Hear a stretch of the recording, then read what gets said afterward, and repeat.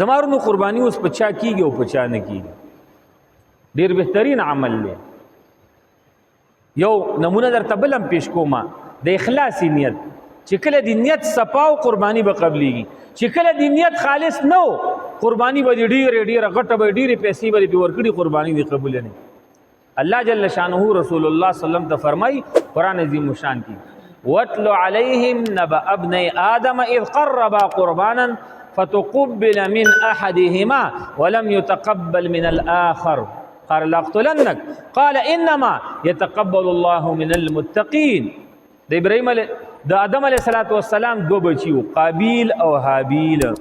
د حابیل چې د پلار منون کې او قابیل چې د پلار نه منله، په یو مسله باندې د دوی سجاخه راغله. اوږده قصه ده، مختصر درته کوم. برحال آدم علیه السلام ته وحی وشوه چې ستا بچو کې کم په حق دی او کم په ناحق دی، منی خو نه ده څوک چې په ناحق دی. قابیل داسې وکړي چې پلان کې غونډۍ باندې دواړه د خپلې قربانۍ نه کیږي، دواړه د خپلې صدقې راواخلي او په پلان کې غونډۍ باندې دي کیږي. په هغې وخت کې د قبولیت علامه دا وه په نورو قومونو کې، اور به راغی د اسمان نه تیز اور، او د چا قرباني به چې قبوله شوه هغه به یې وسوځوله، ایره به یې کړه، اوچته به یې کړه. او د چا به چې الله تقبل او منظور نه و، اخلاص به پکې نه و، نیت به خالص د الله رضا نه و، نو قرباني به ځای په ځای باندې پاتې شوه. ورځ یې وټاکله، وخت یې وټاکه.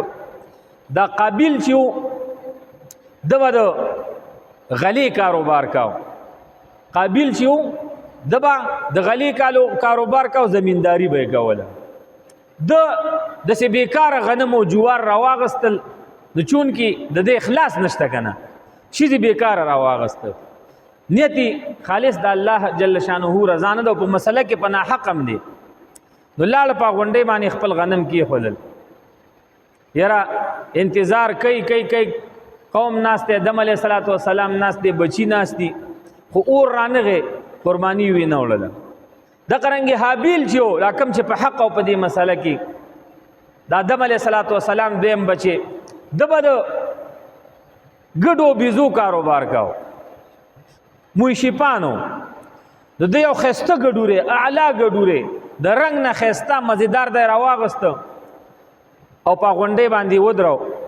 لږ وخت وروستو اور راغی او دا ګډوری اوچت که او دا یې وسوځاو. دا الله جل شانه ته قبول شو. الله جل شانه فرمای فتقبل من احدهما، په دې دوو کې د یو نه دغه قرباني قبوله شه، ولم يتقبل من الاخر، او الله جل شانه فرمای د بل هم قبوله نه کړله. دا څوک دا بدماش ورته څه وایي، دا قابیل ورته څه وایي دی حابیل ته، یاره ته په هر څه کې په ما باندې اوچت راځي، وګوره قرباني هم ستا الله قبوله کړه او زما یې قبوله نه کړه، لأقتلنک، مړ به دې کړم. کله چې یو څوک لاندې راشي، حجت کې لاندې راشي، دلیل کې لاندې راشي، هغه به جنگ کوي، جنگ مه کوه. او ورته څه فرمایي حابیل انما يتقبل الله من المتقین. الله جل شانه قربانین قبلی، الله جل شانه ساروی قبلی، الله جل شانه مالونه قبلی. د چا نه؟ من المتقین، د پرهیزګارانو نه، د تقوادارانو نه، د ښایسته نیت والا نه، د چا چې د الله جل شانه رضا مقصد د هغوی نه الله جل شانه مالونه قبلی. ما ممل کوه، خپل نیت دی خالص کا، خپل رضا دی الله جل شانه ته خالص کا.